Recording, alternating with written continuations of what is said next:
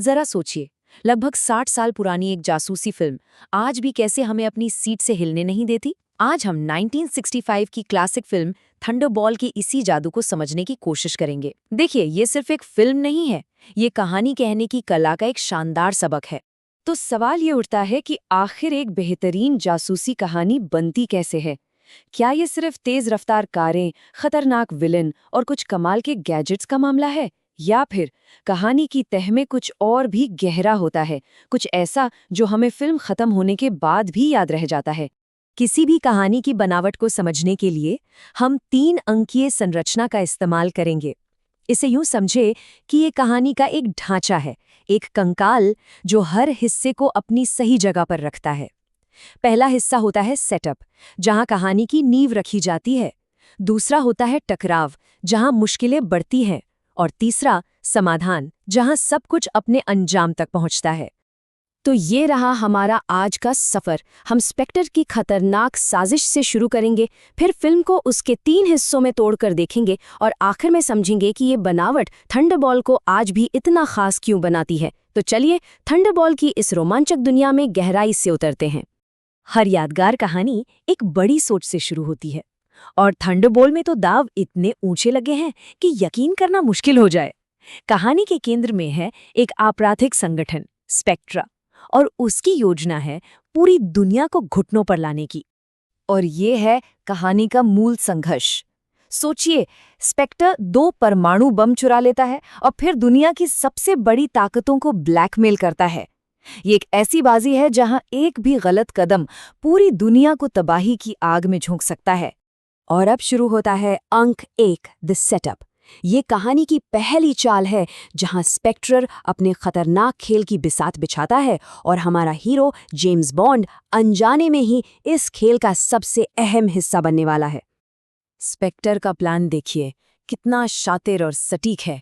पहले एक पायलट को मारकर उसकी जगह एक हमशक्ल को बिठाना, फिर नेटो का एक बॉम्बर प्लेन हाईजैक करना, उसे समंदर में उतारकर बम चुराना, और फिर फिरौती मांगना। हर कदम बिल्कुल नपातुला। और उनकी मांग क्या थी? 100 मिलियन पाउंड।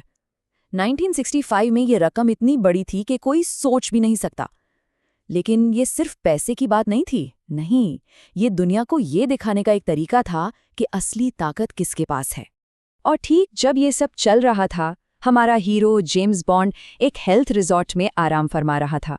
पर किस्मत देखिए, वो बिल्कुल सही वक्त पर सही जगह पहुंच जाता है और इस साजिश से टकरा जाता है। यहीं से उसके मिशन की शुरुआत होती है। तो कहानी की नींव रखी जा चुकी है और अब हम दाखिल होते हैं इसके सबसे रोमांचक हिस्से में। अंक 2 यानी टकराव। एक्शन अब इंग्लैंड से निकलकर बहामास के खूबसूरत लेकिन खतरनाक माहौल में पहुंचता है। इस टकराव के केंद्र में 2 खिलाड़ी हैं, एक तरफ जेम्स बॉन्ड और दूसरी तरफ स्पेक्टर का नंबर 2 एमिलियो लार्गो। इन दोनों के बीच चूहे बिल्ली का एक दिमागी खेल चलता है, जहां हर बात और हर नजर के पीछे एक छिपा हुआ मकसद है। दोनों एक दूसरे की असलियत जानते हैं, पर खेल तो खेलना ही है। और हाँ, बॉन्ड इस लड़ाई में अकेला नहीं है। क्यों ने उसे कुछ बेहतरीन गैजेट्स दिए हैं। और ये सिर्फ खिलौने नहीं हैं, बल्कि कहानी को आगे बढ़ाने वाले जरूरी औजार हैं। जैसे अंडर वाटर कैमरा, जिससे सिर्फ तस्वीरें नहीं खिंचती बल्कि बमों का पता भी चलता है। हर गैजेट का एक खास मकसद है। इन्हीं गैजेट्स की मदद से बॉन्ड अपनी जांच को आगे बढ़ाता है। वो और उसके साथी फेलिक्स और पाओला धीरे धीरे लार्गो के ऑपरेशन के करीब पहुंच रहे हैं और एक एक करके उसके राजों से पर्दा उठा रहे हैं।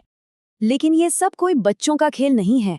जब बॉन्ड की सहयोगी पाओला कैप्लिन पकड़ी जाती है और मार दी जाती है, तब कहानी हमें याद दिलाती है कि यहाँ दांव पर सिर्फ मिशन नहीं है, बल्कि जानें भी लगी हैं। खतरा बिल्कुल असली है।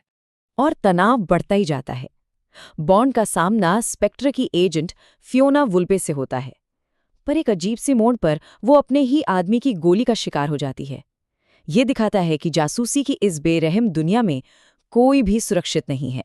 और अब हम पहुंचते हैं कहानी के आखिरी पड़ाव पर, जहां सारे बिखरे हुए धागे एक साथ आकर जुड़ते हैं। अंक 3 समाधान। यहाँ हर सवाल का जवाब मिलेगा और कहानी अपने जबरदस्त अंत की ओर बढ़ेगी। बॉन्ड और लीटर को आखिरकार वो डूबा हुआ बॉम्बर मिल जाता है। ये एक बड़ी कामयाबी है, पर यहाँ एक ट्विस्ट है, बम वहाँ नहीं है। अब वक्त के खिलाफ एक असली रेस शुरू होती है, क्योंकि हर गुजरता पल दुनिया को तबाही के और करीब ले जा रहा है। यहीं पर बॉन्ड अपना सबसे बड़ा दाव चलता है। वो लार्गो की प्रेमिका डोमिनो को एक ऐसी सच्चाई बताता है जो उसकी दुनिया हिला देती है, कि लार्गो ने ही उसके भाई को मारा था। ये एक जानकारी डोमिनो को एक दुश्मन से एक ताकतवर साथी में बदल देती है। इसके बाद जो होता है वो एक्शन और ड्रामा का एक ऐसा संगम है जो देखने लायक है। नेवी डाइवर्स और स्पेक्ट्रे के लोगों के बीच पानी के नीचे जबरदस्त लड़ाई, लार्गो का आखिरी वक्त पर भागना, बॉन्ड और लार्गो का फाइनल टकराव, और इन सब के बीच डोमिनो का अपना बदला। और ये कहानी का सबसे अहम पल है। मिशन को आखिरकार बॉन्ड नहीं बल्कि डोमिनो पूरा करती है। वो अपने भाई की मौत का बदला लेकर न सिर्फ अपनी कहानी पूरी करती है बल्कि दुनिया को भी बचाती है। यहाँ पर्सनल और प्रोफेशनल सब एक हो जाता है। और इस तरह एक जबरदस्त धमाके के साथ थंडरबॉल्ट की कहानी अपने अंजाम तक पहुंचती है। जहाज आग की लपटों में घिरा है और हमारे हीरो एक स्काई हुक के जरिए आसमान में सुरक्षित निकाल लिए जाते हैं। तो इस पूरे सफर के बाद थंडरबॉल्ट से हम क्या सीखते हैं? क्या ये सिर्फ एक्शन से भरपूर मनोरंजन था, या इसकी परतों के नीचे कुछ और भी था?